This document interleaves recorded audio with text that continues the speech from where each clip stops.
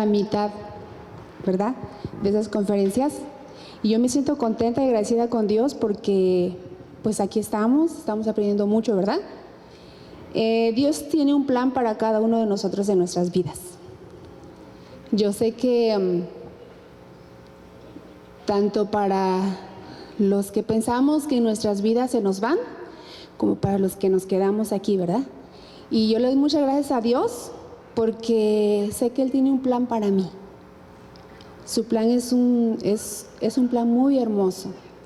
Es un plan que Él desea que yo tenga lo mejor.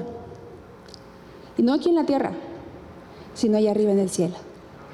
Y ese plan también lo tiene y lo quiere para cada uno de ustedes. Dios de mi salvación, para la honra y la gloria de nuestro Dios.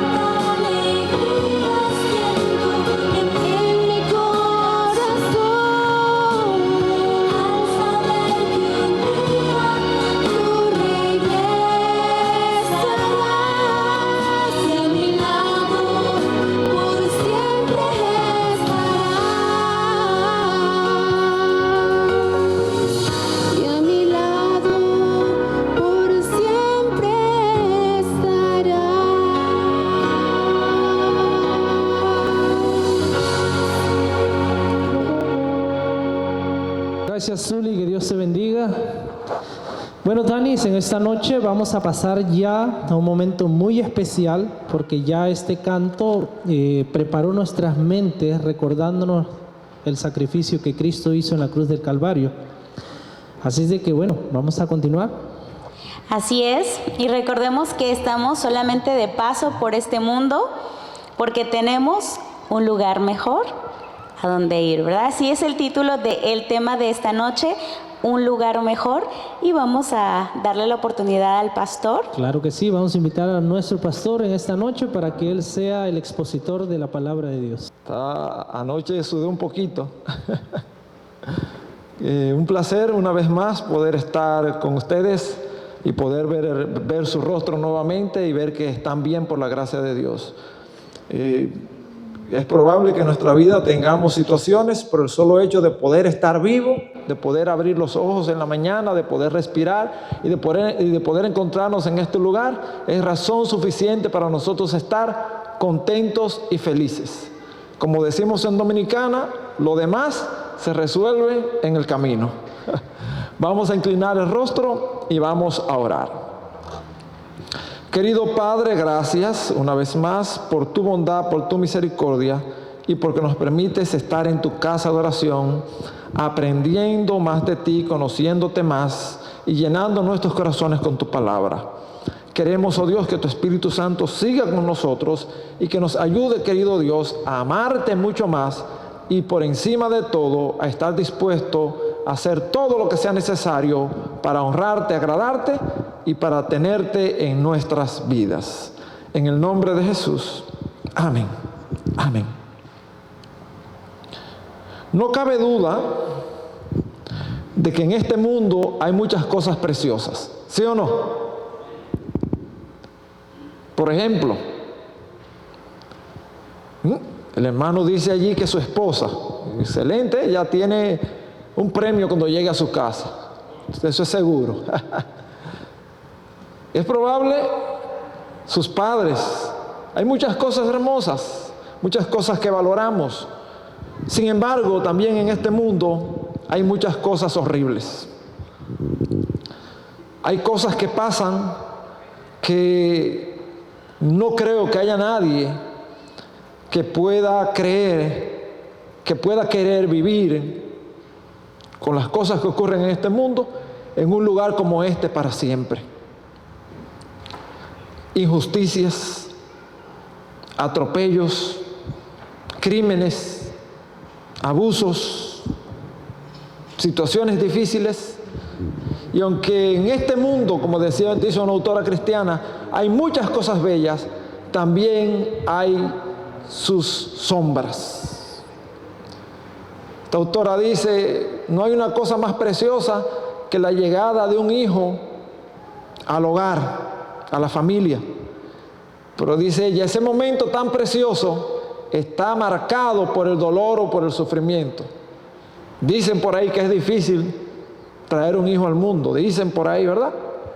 No sé si será verdad. Alguien dijo que solamente un hombre con gripe sabe lo que experimenta una mujer de parto, ¿verdad?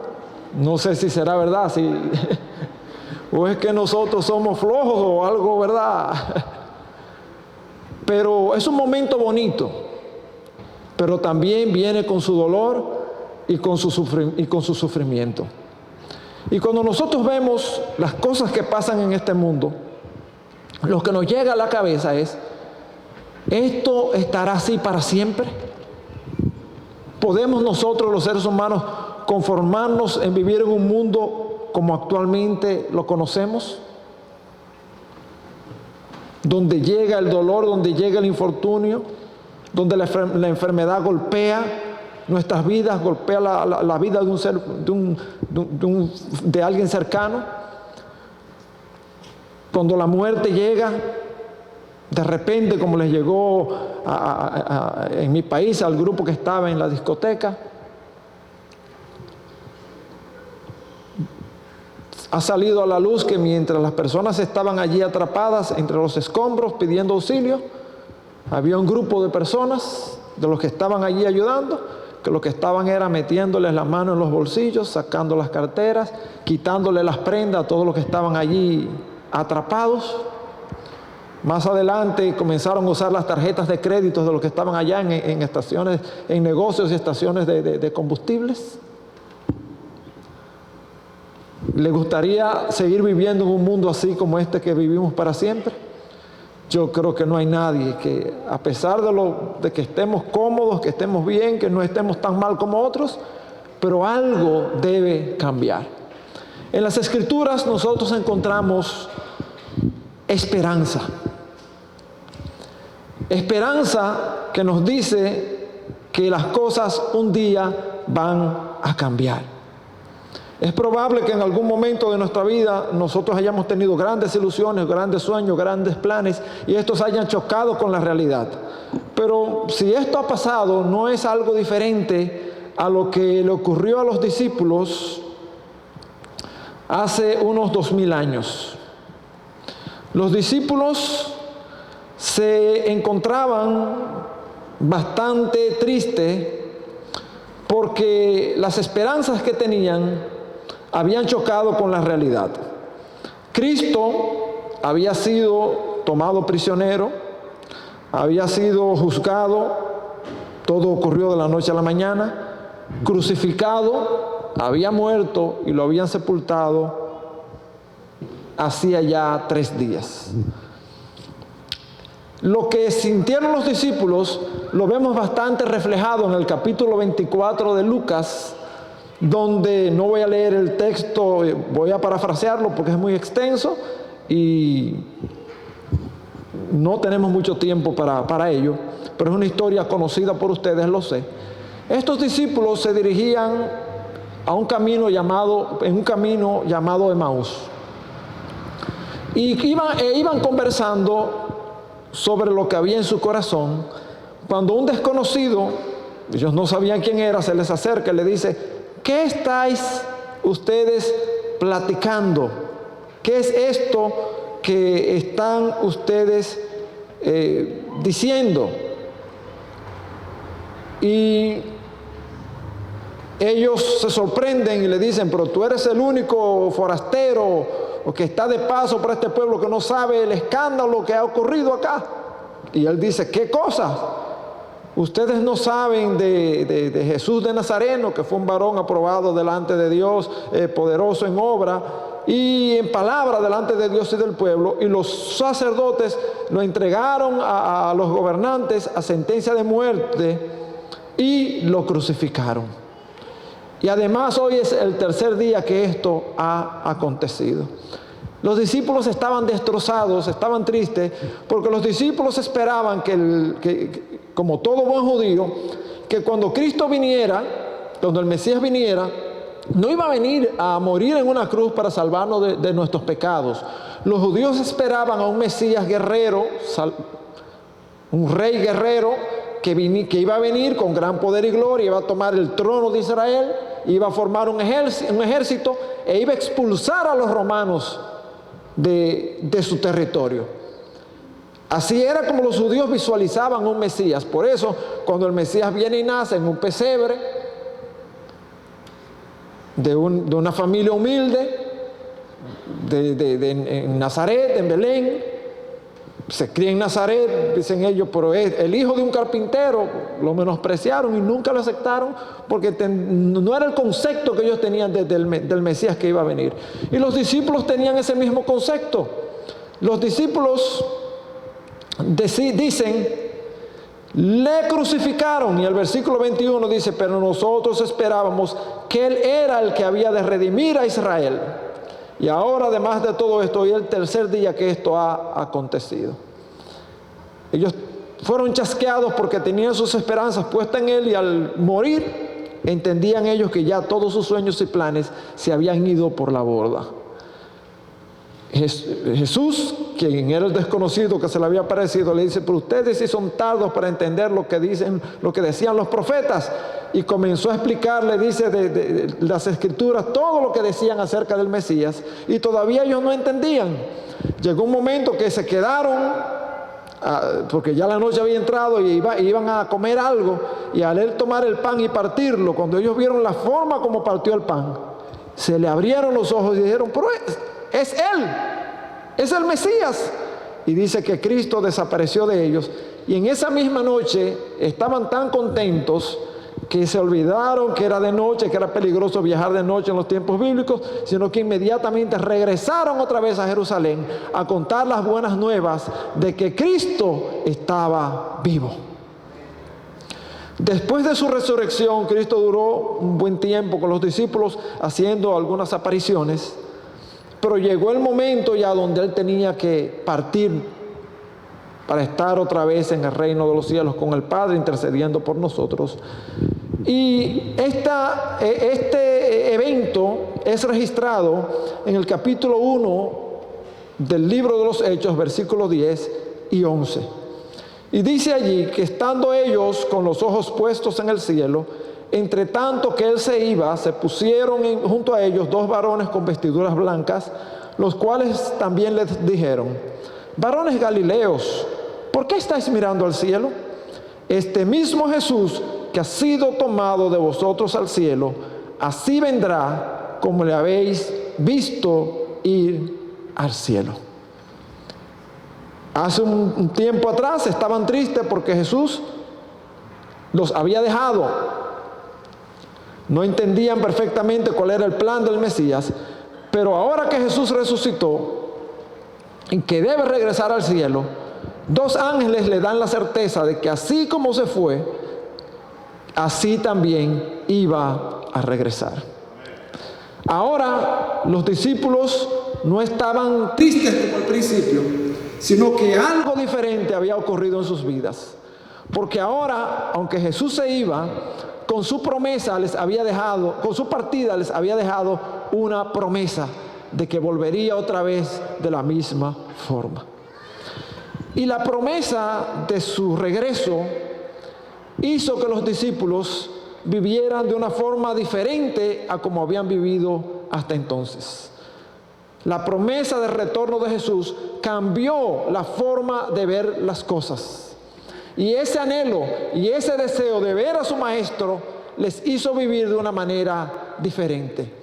Y iban a vivir ahora de una forma tal que cuando Jesús cumpliera lo que dijo en su palabra, en Juan 14, versículo del 1 al 3, un versículo muy conocido que dice, no se turbe vuestro corazón, creed en Dios, creed también en mí. Le dijo Jesús a sus discípulos, en la casa de mi Padre muchas moradas hay, si así no fuera yo no os lo hubiera dicho, pero voy pues a preparar lugar para vosotros, y si me fuere y os preparare el lugar, vendré otra vez y os tomaré a mí mismo, para que donde yo estoy, vosotros también estéis.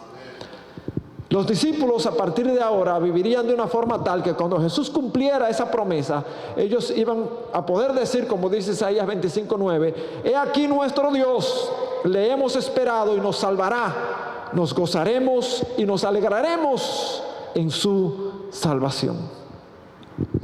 La promesa de la venida de Cristo hizo que los discípulos enfrentaran las más grandes vicisitudes sin quejarse, sin doblegarse, porque tenían una esperanza guardada en su corazón. La esperanza de que Cristo volvería a llevarlos a un lugar mejor que en el que se encontraban. Esta promesa hizo que los discípulos soportaran las más fieras vicisitudes. No sé si ustedes saben, pero los discípulos de Cristo, los apóstoles, murieron de forma no natural. Pedro, dice las escrituras, dice la tradición, que murió crucificado. Y el único delito que Pedro había cometido, ¿cuál era? Que era cristiano. Y miren a ver si Pedro estaba acobardado cuando llegó la hora de la muerte, que dijo, yo solamente quiero un favor, que me concedan algo, que me crucifiquen con la cabeza hacia abajo, porque no me considero digno de morir como murió mi maestro. Otros fueron muertos decapitados, atravesados con espada, con lanzas. Esteban, uno de los hombres fuertes de la iglesia primitiva, murió apedreado por el solo hecho de ser cristianos. De los discípulos de Cristo, el único que murió de forma natural fue Juan, el escritor del libro de Apocalipsis, y no porque no intentaran matarlo. Dice la tradición que el emperador Diocleciano lo introdujo en un caldero de aceite hirviendo para acabar con él, y Dios lo protegió milagrosamente, así como protegió a Daniel y a Sadrach, Mesach y Abednego, los amigos de Daniel, en el horno de fuego, y no pudo matarlo. Y como no pudo matarlo, lo que hizo fue que lo desterró a la isla de Patmos, donde allí el Señor le reveló Apocalipsis, y murió de muerte natural, el único. Si nos vamos a la Edad Media, la suerte de los seguidores de Cristo en la Edad Media no fue diferente. La Edad Oscura. Dicen los historiadores que la religión, la ciencia, las artes, todo se detuvo. 1000 y tanto de años el mundo se paralizó, no hubo avances de ningún tipo. Y los cristianos fueron fieramente perseguidos. El único delito que habían cometido, ser cristianos. En la Edad Media se idearon los métodos más terribles de tortura. Está registrado que tomaban a los cristianos, lo ponían en lugares para que los leones los devoraran. En la época romana. En la Edad Media tomaban a las personas, a los cristianos, lo amarraban por las extremidades, cada extremidad de un caballo salvaje. En mi país le dicen caballo lobo, sin adiestrar, 4 caballos salvajes. Un cristiano lo agarraban por cada uno de los brazos, cada una de las piernas, y cuando los 4 caballos salían corriendo cada uno por un lado, descuartizados. Su delito, ser cristiano.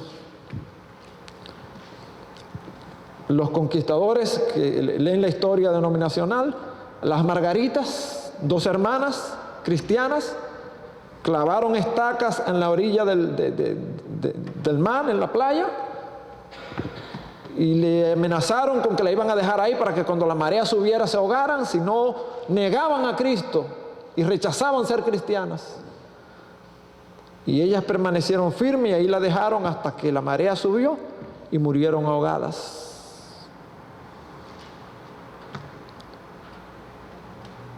Tomaban a los cristianos con una especie de máquina que habían diseñado y lo amarraban por las piernas y por los brazos y comenzaban a girar una especie de manija, y eso iba entonces alándolo, extendiéndolo, hasta que los partían y a medida que iban apretando y el dolor era más intenso, le decían: ¿niegas a Cristo? No. Y seguían hasta que lo partían a la mitad. El solo hecho de ser cristianos. Tomaban a los cristianos y dice que lo clavaban en postes, lo amarraban y le ponían leña debajo y le prendían fuego, estando vivos, e iluminaban las calles de la ciudad con ellos.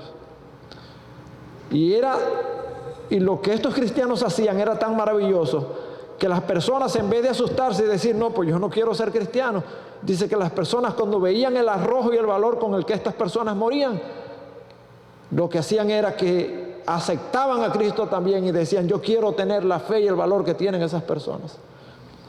Porque estos cristianos, cuando le iban a encender fuego, y le encendían el fuego, en vez de comenzar a gritar y a quejarse por el fuego, dice que morían cantándole a Dios. ¿Ustedes pueden imaginarse eso? Una persona prendiéndole fuego y ellos cantándole a Dios. Dice que era algo tan terrible para muchas personas, incluso para los verdugos que encendían el fuego, que algunos iban por detrás, por la espalda, a encender el fuego por la espalda. Y una vez, cuando iban a hacer eso con un cristiano, le dijo: no, espérate, ven acá. enciéndolo de frente aquí. Porque si yo tuviera miedo, no estuviese aquí en estos momentos. Eso nos habla del arrojo y la determinación que tenían estas personas por su fe en Cristo. Estas personas sabían que Cristo había prometido que iba a regresar por ellos. Y ellos sabían que lo que sea que consiguiesen en este mundo no se comparaba en nada con lo que Dios le iba a dar cuando regresara por ellos. Ellos sabían que en esta tierra podían quitarle la vida, pero había algo que no podían arrebatarle, que era la esperanza de vivir en un mundo mejor, en un lugar mejor con Cristo Jesús.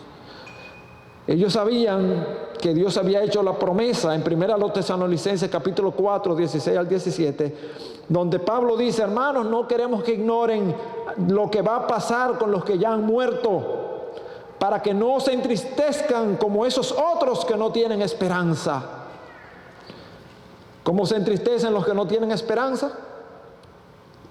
A mí me ha tocado estar en lugares donde han muerto personas que no son cristianas, que la familia no es cristiana, y cuando están allí en el cementerio, que van a depositarlo en la tumba, usted escucha a las personas: ay, adiós para siempre, nunca más te voy a ver, nunca más. Ay, ya no. Desesperados. El apóstol Pablo dice: no se entristezcan como esos que no tienen esperanza. No es que no podemos estar tristes, porque es difícil decirle a una gente que pierde un ser querido, que ha compartido muchos momentos especiales con él: no te entristezcas. No, eso es inhumano. Es lo que dice el cristiano, el que no ignora lo que va a pasar con los que han muerto, se entristece, pero no como los que no tienen esperanza. Dice: ¿acaso no creemos que Jesús murió y resucitó?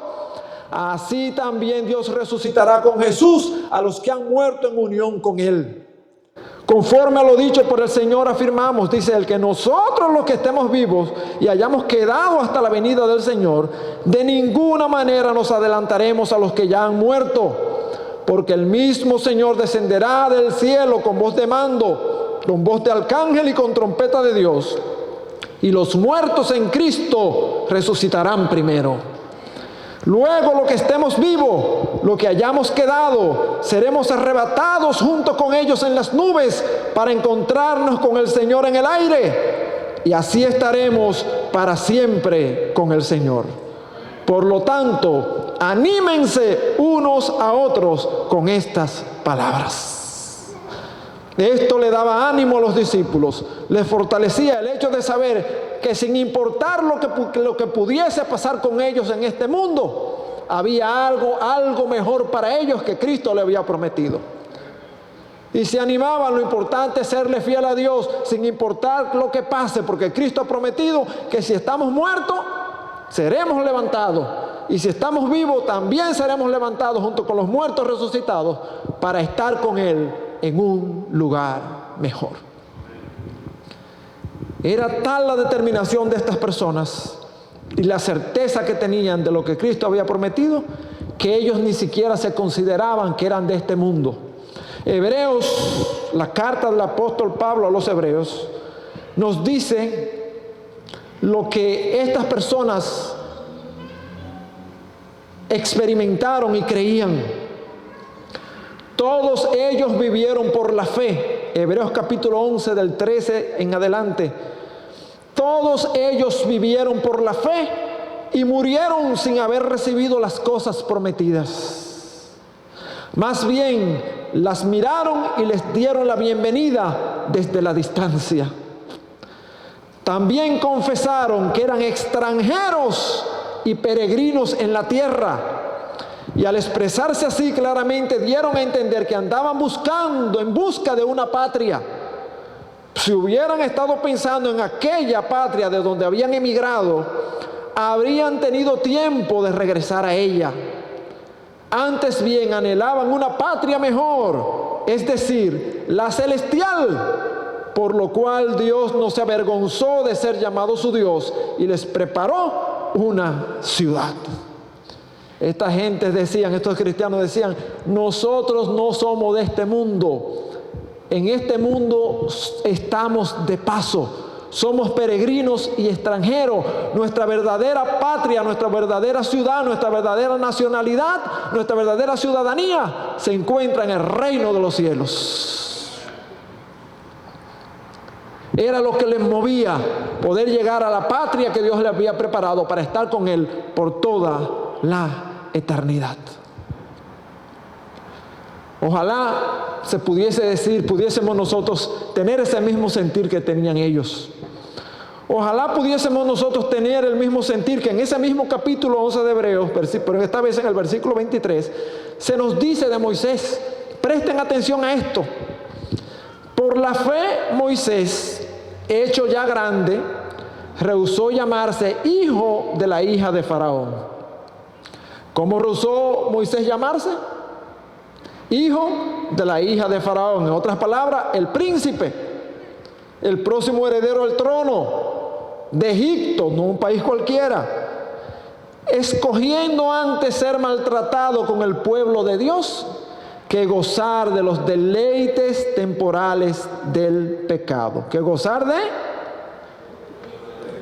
teniendo por mayores riquezas el sufrimiento de Cristo que los tesoros de los egipcios, porque tenía puesta la mirada ¿dónde? En el galardón. Por la fe dejó Egipto, no temiendo la ira del rey, porque se sostuvo como viendo al invisible. Moisés sabía que en Egipto podía llegar a ser el faraón, pero dice que Moisés sabía que lo que él pudiese conseguir en Egipto, toda la gloria, toda la fama, eran deleites temporales de pecado. No le iba a durar por mucho tiempo. De hecho, Moisés hubiese sido el próximo faraón de Egipto y hubiese podido tener un gobierno próspero y duradero, lo más lejos que iba a llegar a lo que han llegado los demás faraones.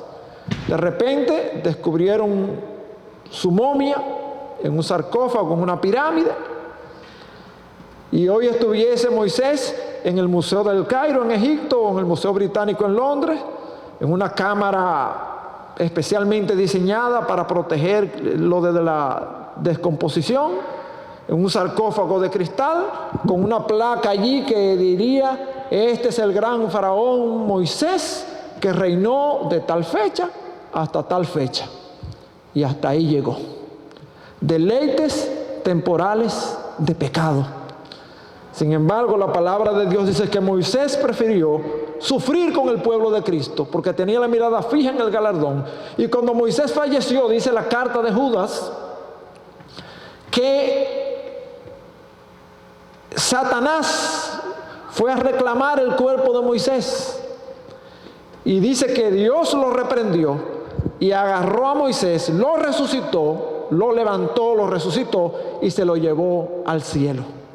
Por eso ustedes ven que cuando en la transfiguración de Jesús, ¿quiénes aparecen a darle ánimo a Jesús antes de la crucifixión?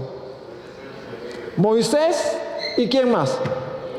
Elías, que el Señor se lo llevó vivo para el cielo en un carro de fuego, y a Moisés, que el Señor resucitó y se lo llevó al cielo, como símbolo de lo que leímos hace un momento.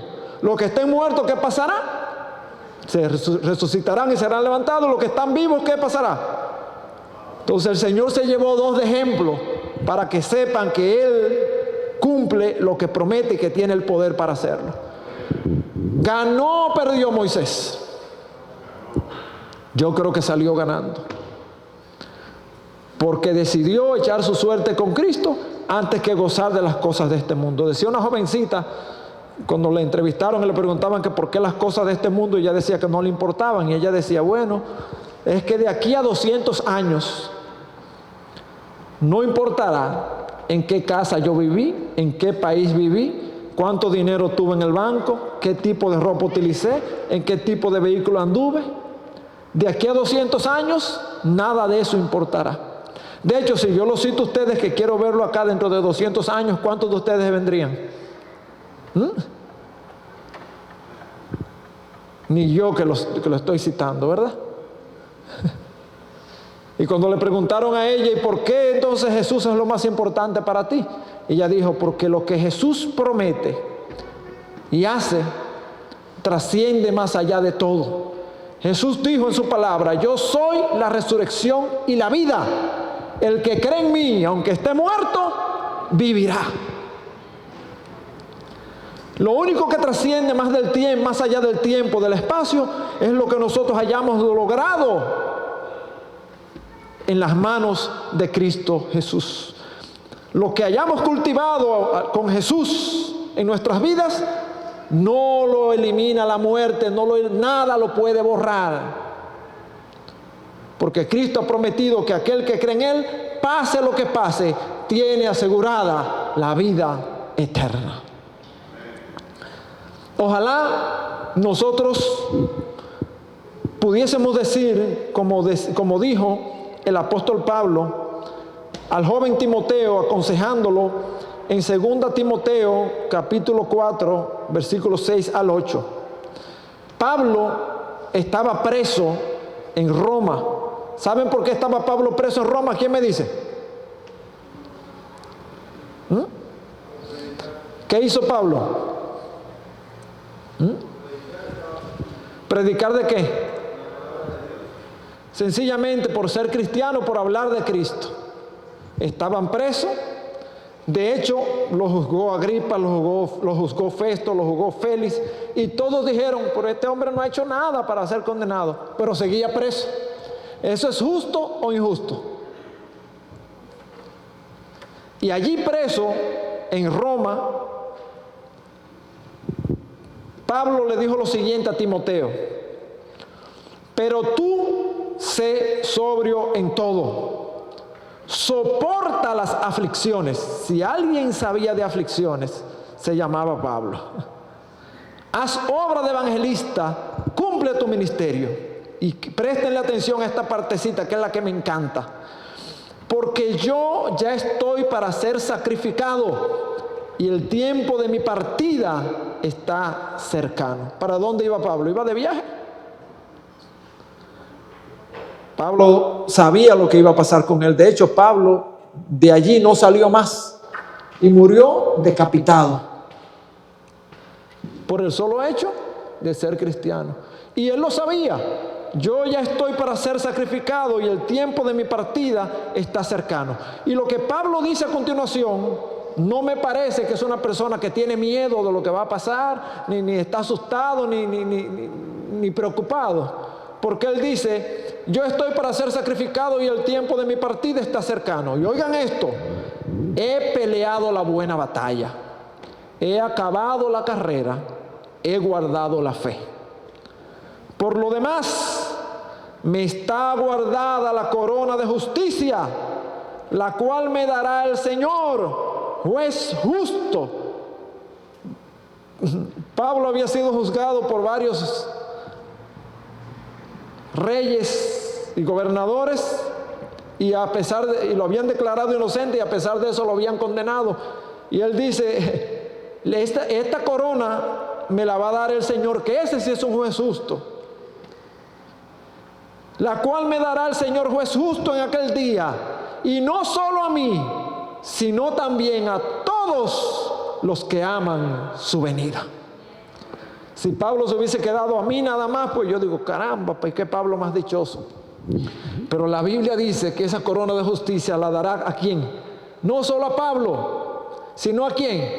A todos los que aman su venida. Yo te pregunto en esta noche: ¿amas la venida de Cristo Jesús? ¿Deseas que Jesús venga? ¿Estás cansado ya de vivir en este mundo de dolor y de sufrimiento? Que no nos pase como algunos. Yo he escuchado a algunos jóvenes decir por ahí: ay Señor, yo quiero que tú vengas, pero aguántate un poquito, porque yo quiero saber lo que es casarme. Yo quiero casarme para saber qué es eso. ¿Han escuchado? Yo he escuchado por ahí. Si ustedes supieran, desearan que Cristo viniera más rápido todavía. No estoy diciendo que el matrimonio es malo, pero tampoco es lo que muchos piensan. Estamos muy acostumbrados a ver los cuentos y las historias de Disney, y vivieron felices para siempre. Sí, se puede vivir felices para siempre, pero hay que pagar biles, hay que resolver muchas cosas, hay que comprar vestido, cartera, pagar salón y entre otras cositas que se añaden por ahí. He escuchado a otros decir, ay Señor, yo que he cogido tanta lucha con esta universidad, déjame por lo menos terminar esto. O ay, esta casita, tanto tiempo que tengo yo ya, y ya que tengo ahí casi a adquirirla, déjame disfrutar de estos momentos. No, amar la venida de Cristo Jesús es decir, Señor, ya yo no aguanto ver todas las cosas que ocurren en este mundo. Tanto sufrimiento, tanto dolor, tantas cosas que destruyen vidas, que destruyen hogares, que destruyen familias. Yo quiero vivir en un lugar mejor. Ven pronto, aunque la casa, el matrimonio, los sueños, los planes se queden por la mitad, pero yo quiero estar contigo por toda la eternidad. Por último, Jesús nos promete un lugar mejor.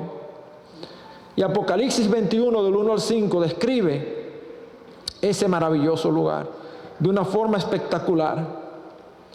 Dice Juan, de quien les hablé hace un momento, vi un cielo nuevo y una tierra nueva, porque el primer cielo y la primera tierra pasaron y el mar ya no existía más. Y yo, Juan, vi la santa ciudad, la nueva Jerusalén, descender del cielo de Dios, dispuesta como una esposa ataviada para su marido. ¿Cómo están las esposas el día de su boda, preparada allí? Esplendorosa, bonita, radiante.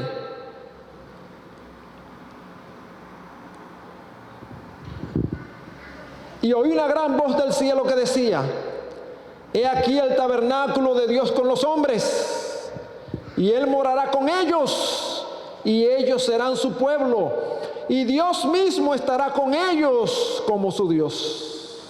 ¡Qué hermoso!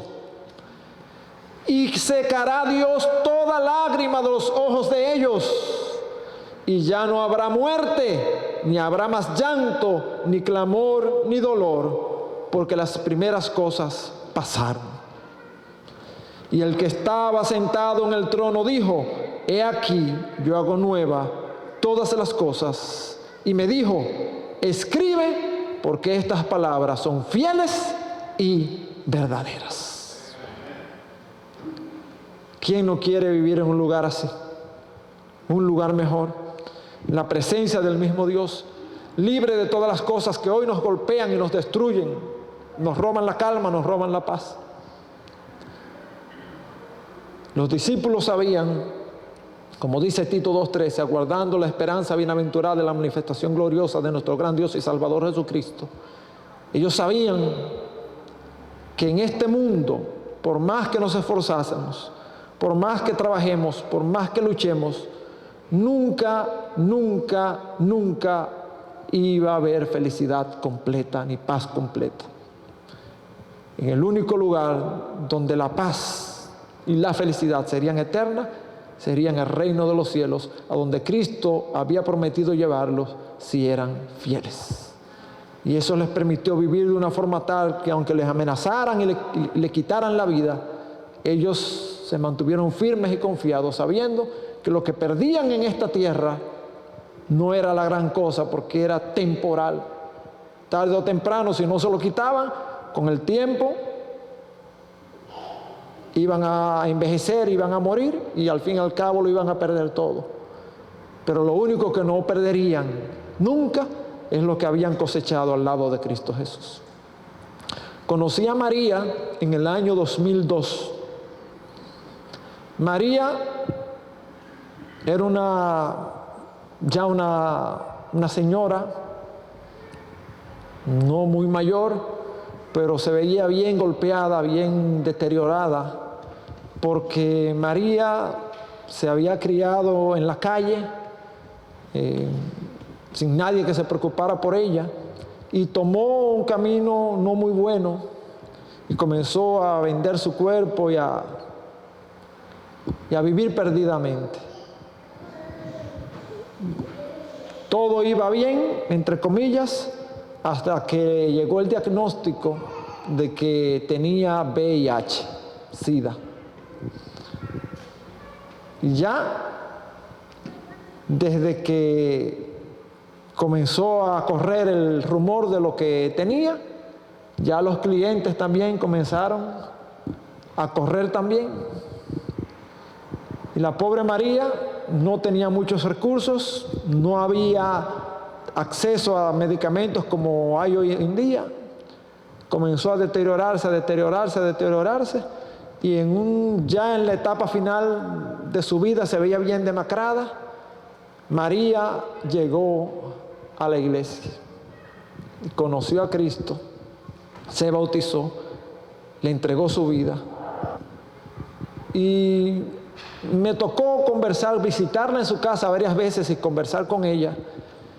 Y me impactó mucho porque, para darle ánimo por la situación que ella había pasado, le conté mi experiencia de cómo me enfermé, de cómo el Señor milagrosamente me curó.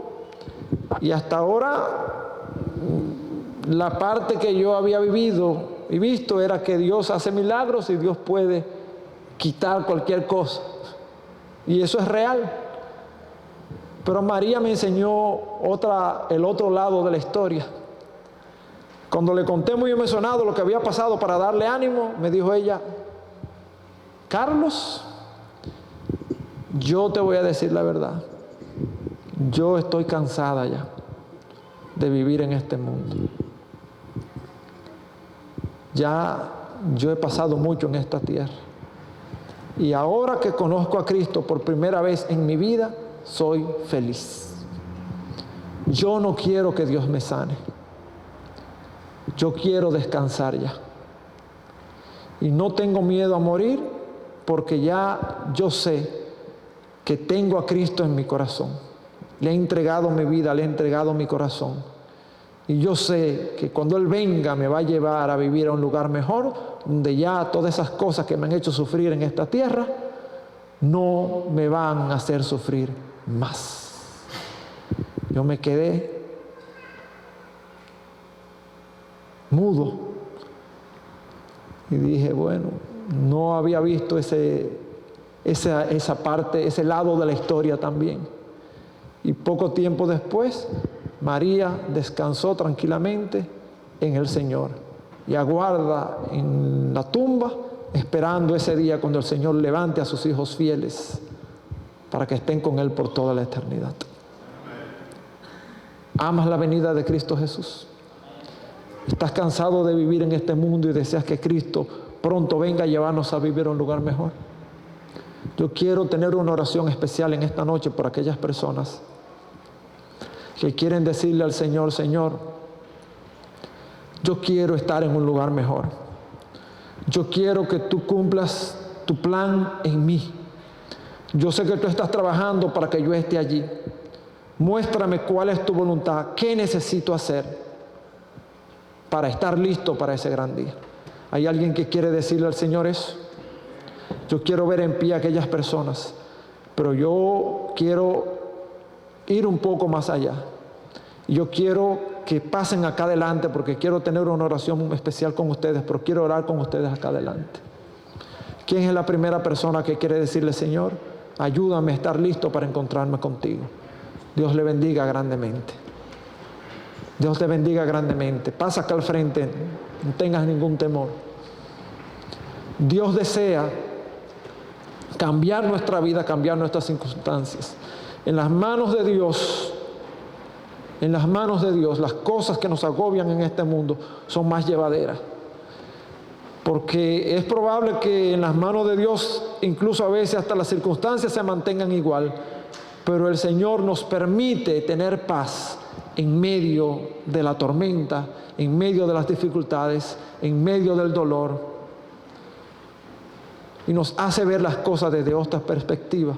Como María, el Señor hace que dejemos de enfocarnos en la situación que tengo y me hace enfocarme en Dios y en lo que Él ha prometido para mí. Dios desea cambiar nuestra historia.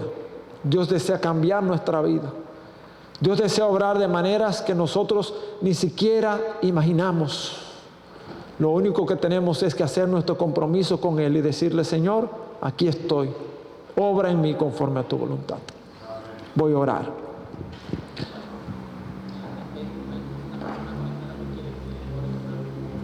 ¿Se llama? Perfecto, vamos a orar. Querido Dios, gracias infinitamente te damos por tu bondad, tu misericordia y por lo maravilloso que eres. Te damos gracias por todo lo que has prometido para nosotros, oh Dios. Gracias por tu anhelo y deseo de llevarnos a vivir un lugar mejor, por el anhelo que tienes de darnos paz y guiarnos en cada paso de nuestra vida en esta tierra, Padre amado. Oh Dios, imploro por cada persona acá presente que está en pie. Yo sé que si están acá es porque te aman, querido Dios, y aman tu venida. Muéstrale, oh Dios, lo que necesitan hacer para estar listos. A través de tu Espíritu Santo, trabaja en sus corazones para que ellos tomen la firme determinación de seguirte a ti desde ahora y para siempre. Que se olviden de las circunstancias que les rodean, de los problemas que quizás están pasando, y que, oh Dios, como dice tu palabra, busquen el reino de Dios primero y lo demás tú verás por ello. Quiero orar también por aquellas personas que nos están mirando a través de las redes sociales, que también tienen necesidades profundas, querido Dios, tú las conoces. Con mucha especialidad por Marcos y sus 4 bebés. Él ha pedido oración especial por él. Tú sabes, querido Dios, cuál es su situación, qué le aqueja, cuál es su preocupación. Oro para que traigas esperanza y fortaleza a su vida y que él, oh Dios, pueda encontrar en ti paz y consuelo, al igual que nosotros. Gracias, oh Señor, te damos por escucharnos. Permite que mañana podamos estar acá para seguir, oh Dios, aprendiendo de ti. En el nombre de Jesús. Amén. Amén. Buenas noches, bendiciones. El tema de mañana para mí es el tema más importante de todo lo que yo voy a predicar en esta semana. Así que no se lo pierdan porque mañana vamos a ver algo importantísimo. Que Dios les bendiga y buenas noches.